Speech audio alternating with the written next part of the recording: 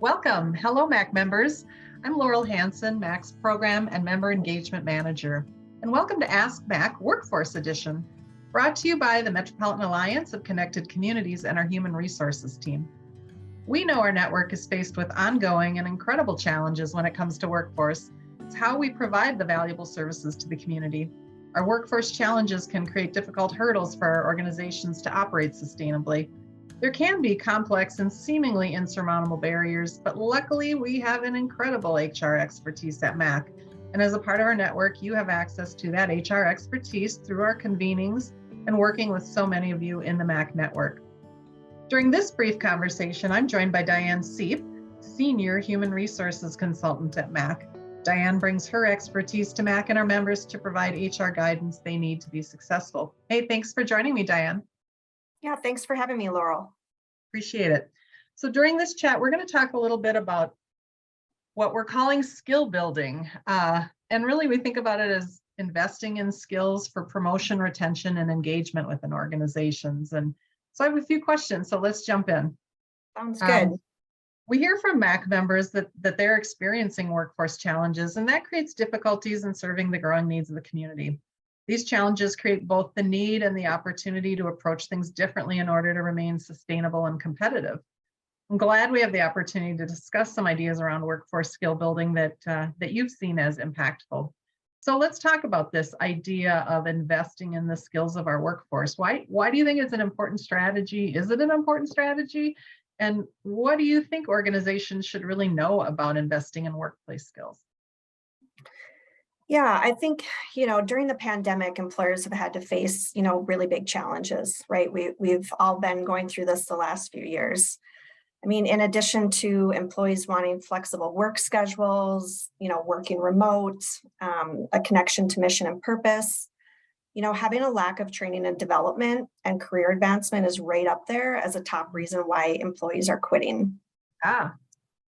And, we know that we're in a time right now where job seekers have many choices. So by investing in skill building, we're really creating a workforce that provides employees with tools they need to excel and also providing them with an opportunity to learn and grow, which allows them to challenge themselves.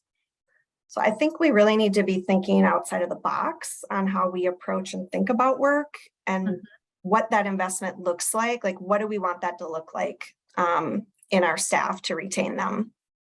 Yeah. I'd also add, I think some things to consider would be, like where would cross-training make an impact? Think about what other experiences and knowledge people have that could maybe be used elsewhere in the organization. And I know succession planning is a big one too, not just for like the executive positions, but, manager level and above. It's never too early to really start thinking about who has interest in leadership roles. What does that look like within your organization? Right. And I think lastly, I would just add that we really need to be having intentional conversations with staff about, what their interests and aspirations are. Yeah, I'm glad you brought that up, that a lack of skill building opportunities for people is actually, you're seeing that it's impacting retention and that people will choose to leave if they don't find those opportunities. I think that's an important thing to call out. Investing in our teams, building their skills, it does sound like an effective workforce strategy. How do you see cultivating competencies as a way to increase employee engagement and retention?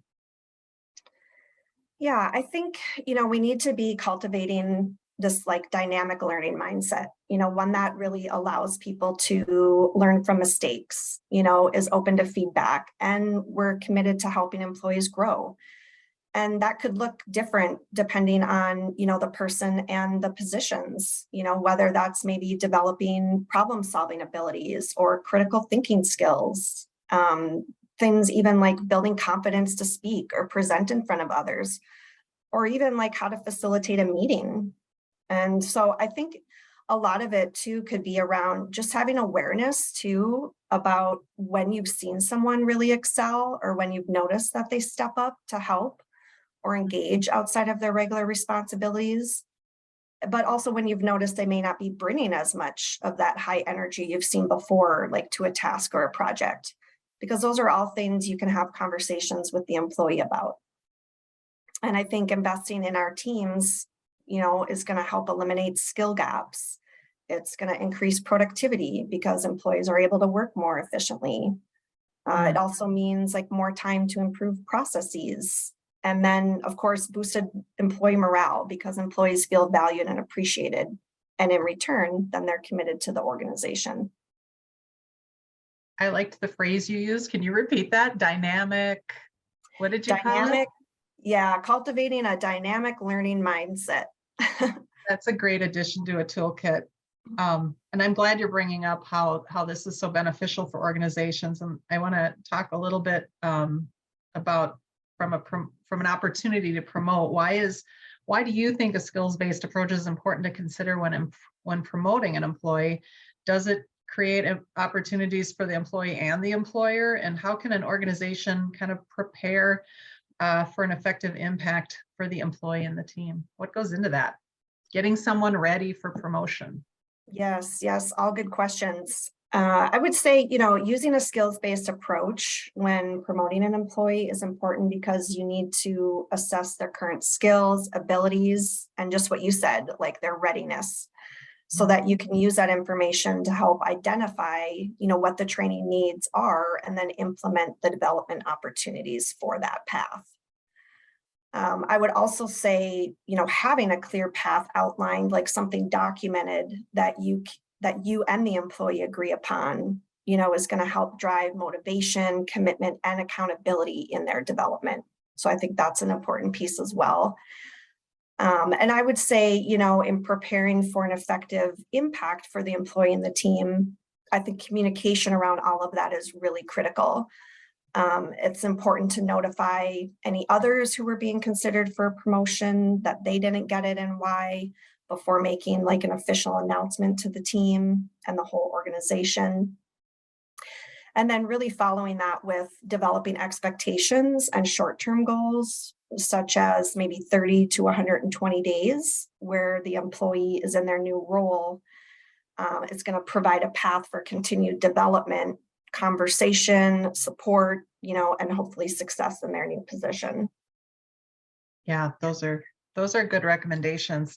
Are there ways to build programming and pathways for growth and development specifically in direct service positions? Because we know so many of our organizations, they're struggling to fill direct service positions, and we know that we need, retention is really critical to the direct services that our organizations are able to do. They're committed through agreements and contracts and commitments to the community that they'll provide these services, but they need staff to do that. So when it comes to direct service positions, is there anything specific that you're recommending to members? Do the things that you already shared with us today apply to that as well? Talk about that. Yeah, I think it definitely does.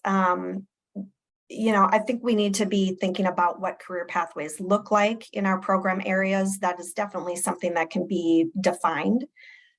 It's critical because we need to be showing how internal movement happens in the organization. So whether that's through promotions, which are typically, vertical growth, or also changing disciplines within the job roles, which could be considered like lateral growth. Mm-hmm. If we use an example of like community outreach, this program area may have roles such as community engagement coordinator. Maybe there's a community outreach organizer and a community engagement manager. So I think if we take those roles, one thing to do is to identify within them such things as like, does this role execute vision? Does the role have like some budget responsibility? Maybe it manages a portfolio of programs. Does it manage paid or unpaid staff? Or is it an individual contributor role? Could there be a revenue and expense responsibility, and then maybe adding in things to like, does it require a specific certification or licensure? I think all of those things, including like some of the really critical skills and knowledge needed, will help outline for someone, let's say in a coordinator role, okay, I can look at this visually and see, well, this is what I would need to be in the community engagement manager role, right? Like I'm going to need skills to learn how to understand and manage a budget. I've never managed people before. So like, what does that look like? That role may require more strategic thinking. And then, the supervisor and employee can start having conversations around how to get to those next levels and what does that path look like. Mm-hmm. Makes me even think of mentoring opportunities, and yes, as people would progress, they then would also have the opportunity to mentor others. So important skills, and that whole idea of that pathway, I think, is critical. I appreciate your sharing those with us today.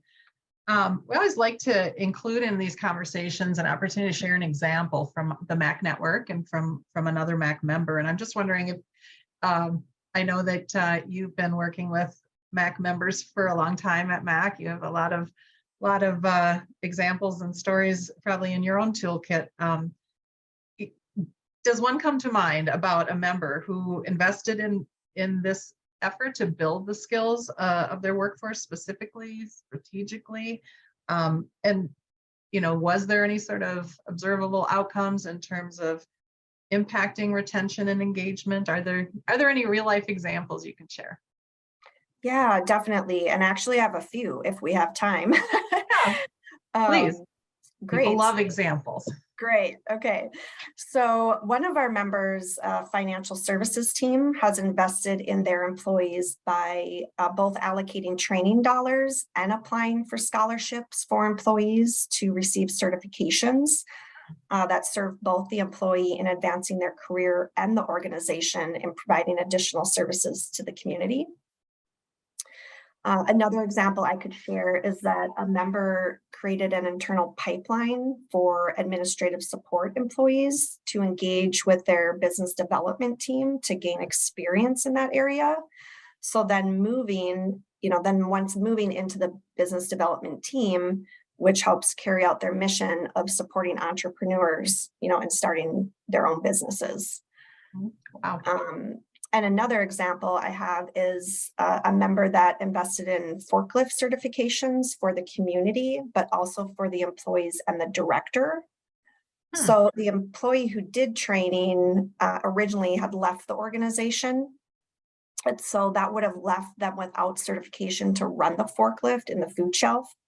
But luckily the director was certified and could keep, kind of the wheels turning until they got someone hired and certified.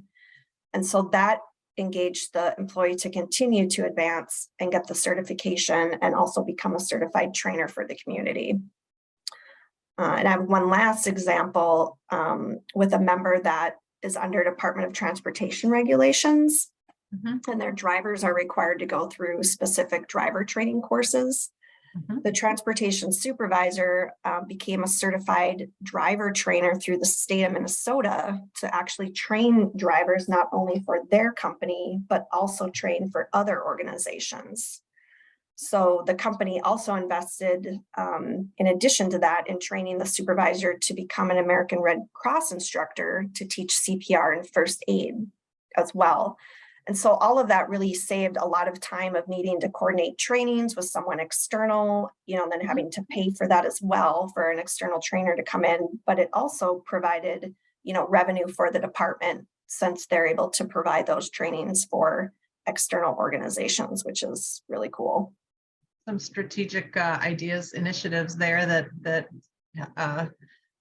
contributed for both the employer and the employee to be able to build their skills. But yeah, that was a diverse collection of examples. I appreciate your going above and beyond to bring those forward and get the wheels spinning. It's been really interesting to talk to you today about skill building in the workforce as part of the MACC Workforce Knowledge Center. It is all the time we have. It went quickly. That we have for the discussion, and it's been really interesting. I appreciate your time and insights, Diane. And I look forward to our next conversation. We're going to keep talking. MACC members, you're encouraged to visit the MACC website and our Ask MACC page of additional resources. You'll find a variety of information and links to helpful content, including more in this series of recorded HR interviews.